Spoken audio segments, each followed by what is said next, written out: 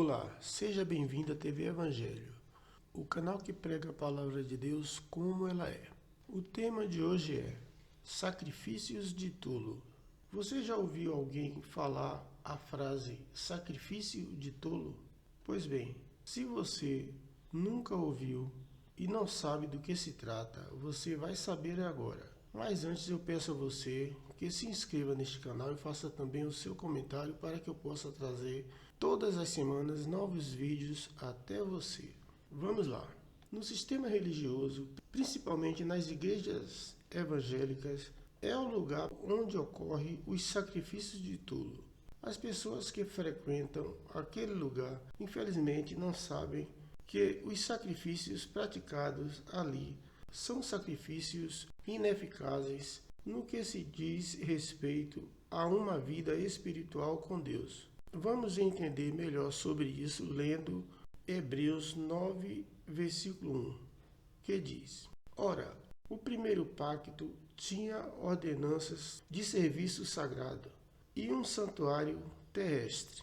Veja bem, neste santuário tinha preceitos e serviços sagrados a serem cumpridos. E são estes os tipos de preceitos que as igrejas evangélicas praticam hoje. E fazem isso por interesse nos benefícios que ele oferece, como a posição social, as ofertas e os dízimos. Veja o que diz o versículo 2. Com efeito, foi preparado o tabernáculo, cuja parte anterior, onde estavam o candeeiro e a mesa, e a exposição dos pães, se chama Santo Lugar. Versículo 3. Por trás do segundo véu se encontrava o tabernáculo, que se chama Santo dos Santos.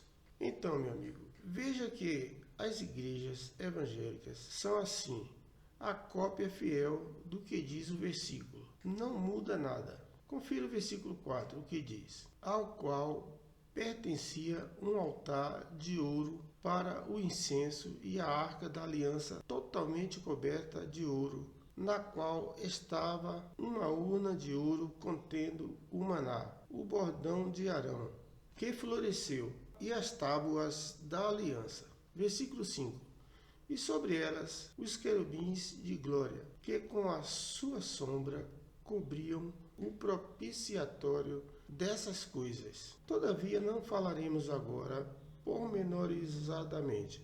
Versículo 6. Ora, depois de tudo isto, assim preparado, continuamente entram no primeiro tabernáculo os sacerdotes para realizar os serviços sagrados.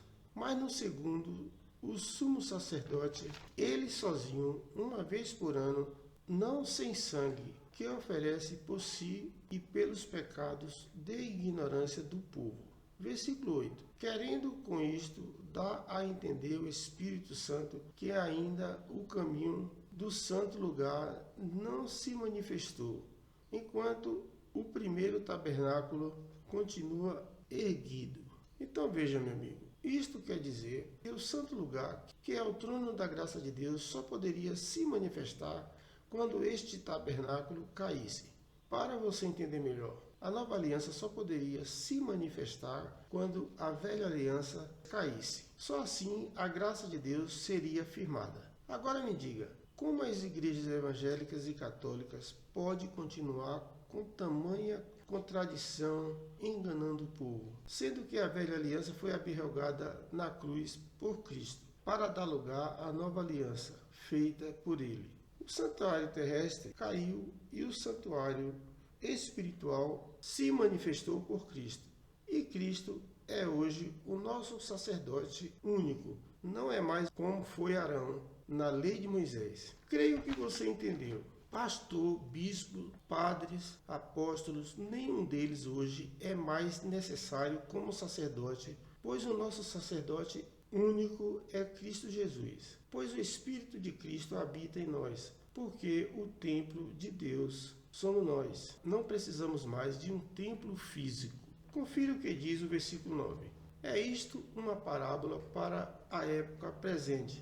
E, segundo esta, se oferece tanto dons como sacrifícios, embora estas no tocante para aperfeiçoar aqueles que prestam culto. Perceba então, meu amigo, que aqui está bem claro que todas as ordenanças da lei de Moisés aplicadas pelas igrejas evangélicas e católicas hoje são ineficazes para aperfeiçoar o homem. Resumindo, são sacrifícios de tolo. Confira o que diz o versículo 10. Os quais não passam de ordenanças da carne, baseadas somente em comidas e bebidas e diversas abluções impostas até ao tempo oportuno de reforma. Então me diga, a reforma aconteceu ou não? Claro que aconteceu.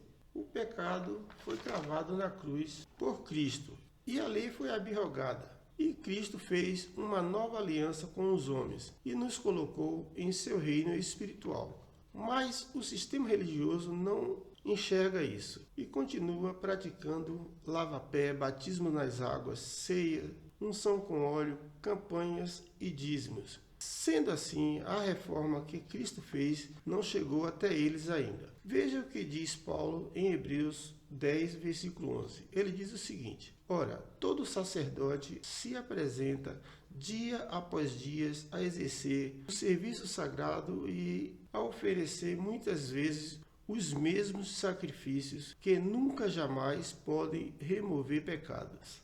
Paulo foi bem claro explicando isso, que os sacrifícios de tolo que as pessoas apresentam não removem pecado algum, porque pecado não existe mais, foi cravado na cruz, ele acabou.